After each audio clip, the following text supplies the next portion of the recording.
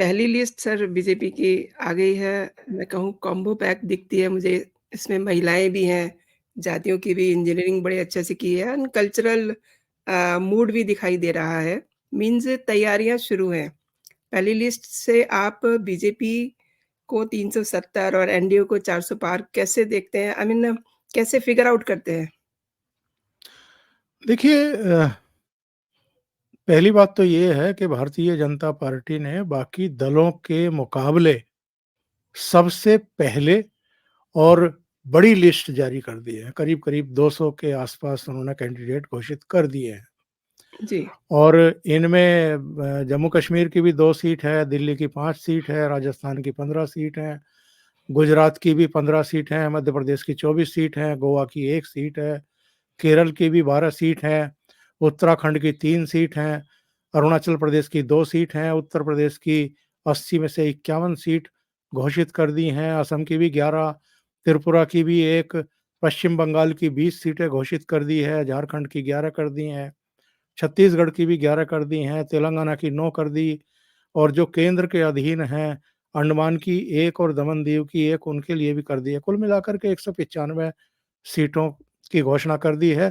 प्रधानमंत्री नरेंद्र मोदी फिर से वाराणसी से लड़ेंगे, राजनाथ सिंह फिर से लखनऊ से लड़ेंगे, अमित शाह फिर से अहमदाबाद से लड़ेंगे और कुल मिलाकर के जब सूची को हम देखते हैं और ये इसकी गहराई में जाते हैं कि इन 195 उम्मीदवारों में कुल मिलाकर के जिस्ट क्या है, तो जो अभी बड़े पैमाने पर अलग-अलग सरकारें अपने मंत्रियों के खिलाफ भी जो एंटी इनकम्बेंसी फैक्टर होता है, उससे बचने के लिए उनके टिकटें काटते हैं।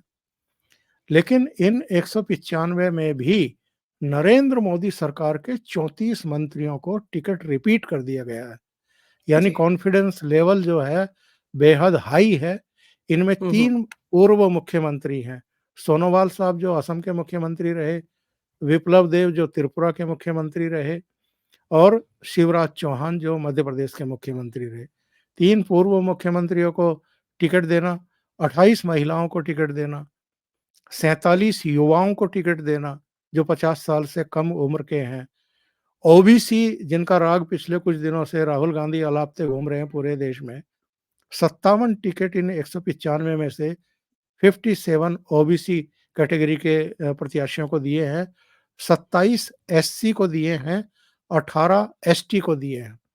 तो एक कहना चाहिए कि सॉलिड एक कॉम्बिनेशन, एक संतुलन और सभी वर्गों, सभी जातियों को साधने की कोशिश की है नरेंद्र मोदी की सरपरस्ती में।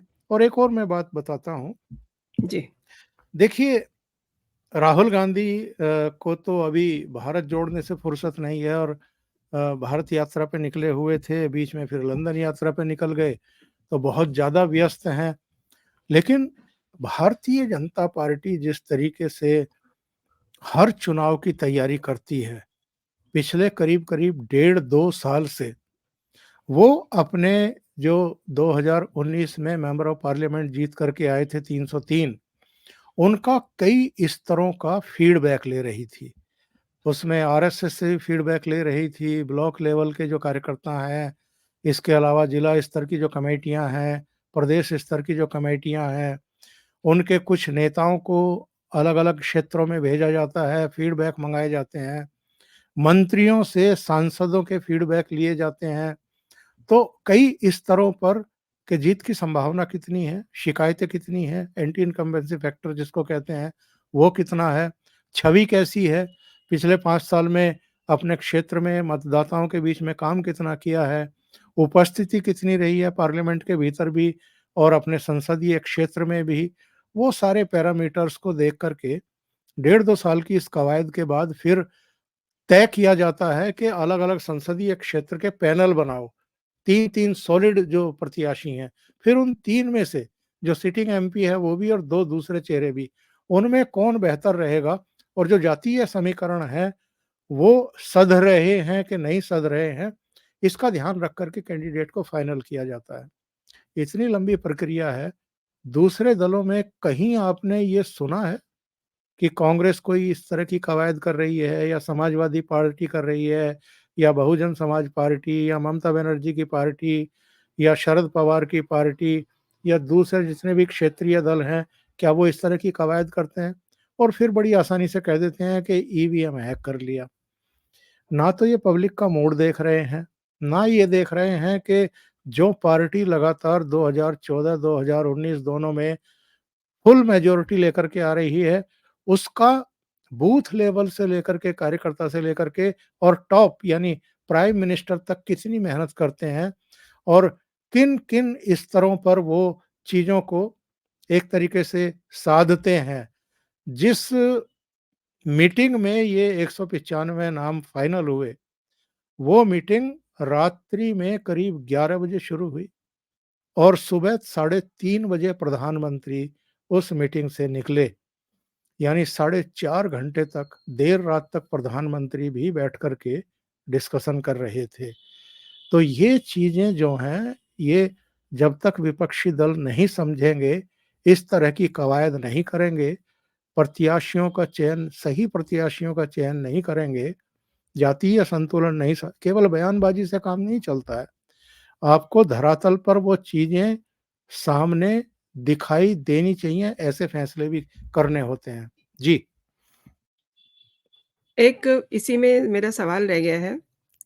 ये जो नंबर है, बीजेपी का 370 और एनडीए का 400 पार, इसको कैसे फिगर आउट किया है? ये जो पहली सूची इनकी आई है। देखिए मैं उसके उसमें तो नहीं जाना चाहता हूँ इनकी दावेदारी में कि 370 इससे आ ही जाएँगे या 400 पार एनडीए हो ही जाएगा। पर जिस तरीके से अलग-अलग राज्यों में इन्होंने जो क्षेत्रीय दल हैं, जो छोटी पार्टियाँ हैं, जो अलग-अलग वर्गों, समुदायों का प्रतिनिधित्व करती हैं, उनको जोड़ा है।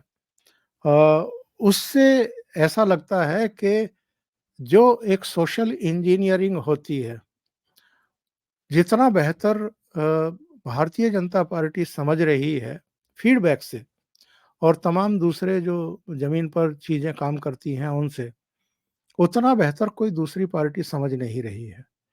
और अगर नरेंद्र मोदी कोई एक फिगर देते हैं, तो इसका मतलब ये है कि वो बहुत सोच समझ कर के कोई फिगर दे रहे हैं। 2014 में उन्होंने जो कहा वो हुआ, 2019 में उन्होंने जो कहा वो हुआ, ऐसा नहीं है कि वो नहीं हुआ है।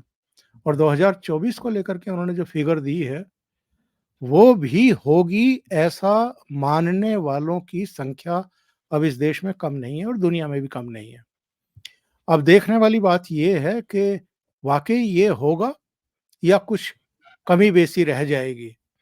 अब मैं अपने चैनल पर प्रोग्राम करता रहता हूँ और अलग-अलग जो क्षेत्रों की विशेषज्ञ हस्तियाँ हैं, उनसे चर्चाएँ करता रहता हूँ। कल भी मैंने एक चर्चा की थी और उसमें मैंने ये प्रश्न खड़ा किया था कि भई उत्तर भारत के तो राज्यों में लगभग भारतीय जनता पार्टी का जो परफ़ॉर्मेंस है, वो उरूज़ पर है, चरम पर है।